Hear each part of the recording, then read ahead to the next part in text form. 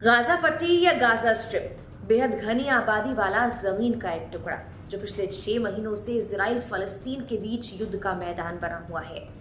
The guardian के मुताबिक करीब 30,000 से ज्यादा लोगों की मौत हो चुकी है। चारों तरफ तबाही का मंजर है, क्या गांव क्या शहर सब कब्रिस्तान बने हुए हैं। ऐसे में गाजा के लोगों की जिंदा रहने की एकमात्र उम्मीद दूसरे देशों से आने वाली मदद है। दूसरे देशों से आने वाले आटा चावल और दाना पानी पर गाजा के लोग निर्भर हैं। इस तरह की मानवीय सहायता लेकर 30 ट्रकों का एक काफिला 29 फरवरी को भोर में 4 बजे उत्तरी गाजा के नबुलसी चौराहे पर पहुंचा था। यहाँ हजारों लोग मदद के लिए रात से ही ट्रकों का इंतजार कर रहे थे। कोई इलाज तो कोई खाने की उम्मीद में आया था। गार्जियन से बात करते हुए अली अवाद अशकीर कहते हैं कि वो भी उन लोगों में से थे जो 2 घंटे से लाइन में लगे थे कि कुछ खाने को मिल जाएगा।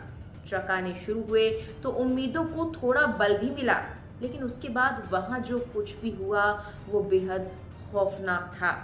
अचानक से शेल और बुलेट फायर होने लगे। मदद के लिए इकट्ठी भीड़ पर ताबड़तोड़ गोलियां बरसाई जा रही थी।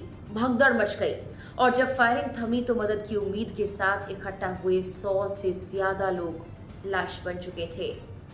फलस्तीन ने इस हमले के लिए सीधे सीधे इजराइल को जिम्मेदार बताया है। द गार्जियन में छपी खबर के मुताबिक फलस्तीन के राष्ट्रपति महमूद अब्बास ने कहा, नबुलसी चौराहे पर मदद की उम्मीद में खड़े लोगों का इजरायली सेना ने भयानक नरसंहार किया है। फ्रांस और कई अन्य देशों ने भी इसे भूखे नंगे लोगों पर इजराइल का हमला बताते हुए इसकी निंदा की है, लेकिन इजराइल ने इसे सिरे से खारिज कर दिया है। इजराइल का कहना है कि उसकी फायरिंग में लोगों की मौत नहीं हुई है, बल्कि मदद के लिए पहुंचे ट्रकों से सामान लूटने और आपसी फायरिंग के बाद मची भगदड़ की वजह से मौत हुई है। कुछ लोगों की मौत ट्रकों से कुचले जाने की वजह से भी हुई है, ऐसा इजराइल का दावा है। इजराइल डिफेंस फोर्स ने एक ड्रोन वीडियो भी जारी किया है जिसमें सहायता ट्रकों के आसपास काफी भीड़ नजर आ रही है। वहीं गाजा के हेल्थ ऑफिशियल ने इसे इजरायली डिफेंस फोर्स का हमला बताया है।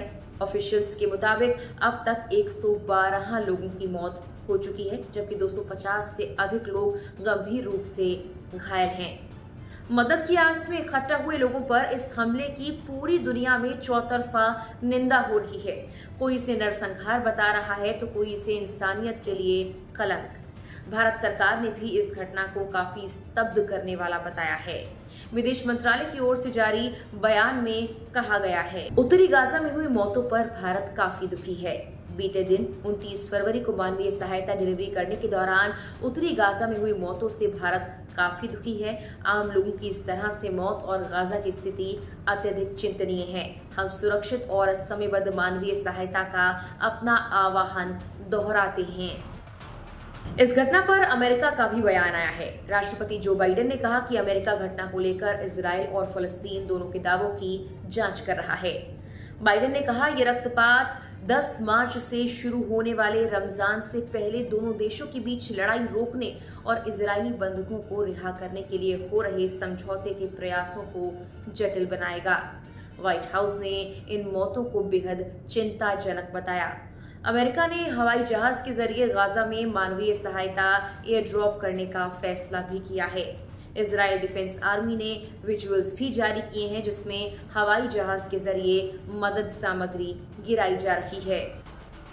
फ्रांस ने खुलकर कहा कि खाने के लिए इकट्ठा हुए आम नागरिकों पर इजरायली सैनिकों की फायरिंग ठीक नहीं है। फ्रेंच प्रेसिडेंट इमैनुअल मैक्रोन ने गाजा में तुरंत सीज फायर की मांग की। कोलंबिया के राष्ट्रपति गुस्टावो पेट्रो ने इसे नरसंहार बताया और कहा, खाना मांग रहे 100 से ज्यादा लोगों को नेतन्याहू ने मार डाला। इसे नरसंहार कहा जाता है और ये होलोकास्ट की याद दिलाता है। दुनिया को नेतन्याहू को रोकना होगा। तुर्की ने भी इस हमले के लिए इजराइल को सीधे सीधे जिम्मेदार बताया और कार्रवाई की मांग की। यूनाइटेड नेशंस के सेक्रेटरी जनरल एंटोनियो गुटेरेस ने इस घटना को स्तब्ध कर देने वाला बताया और कहा कि इसकी स्वतंत्र जांच होनी चाहिए। फिलहाल के लिए इस वीडियो में इतना ही। नमस्कार।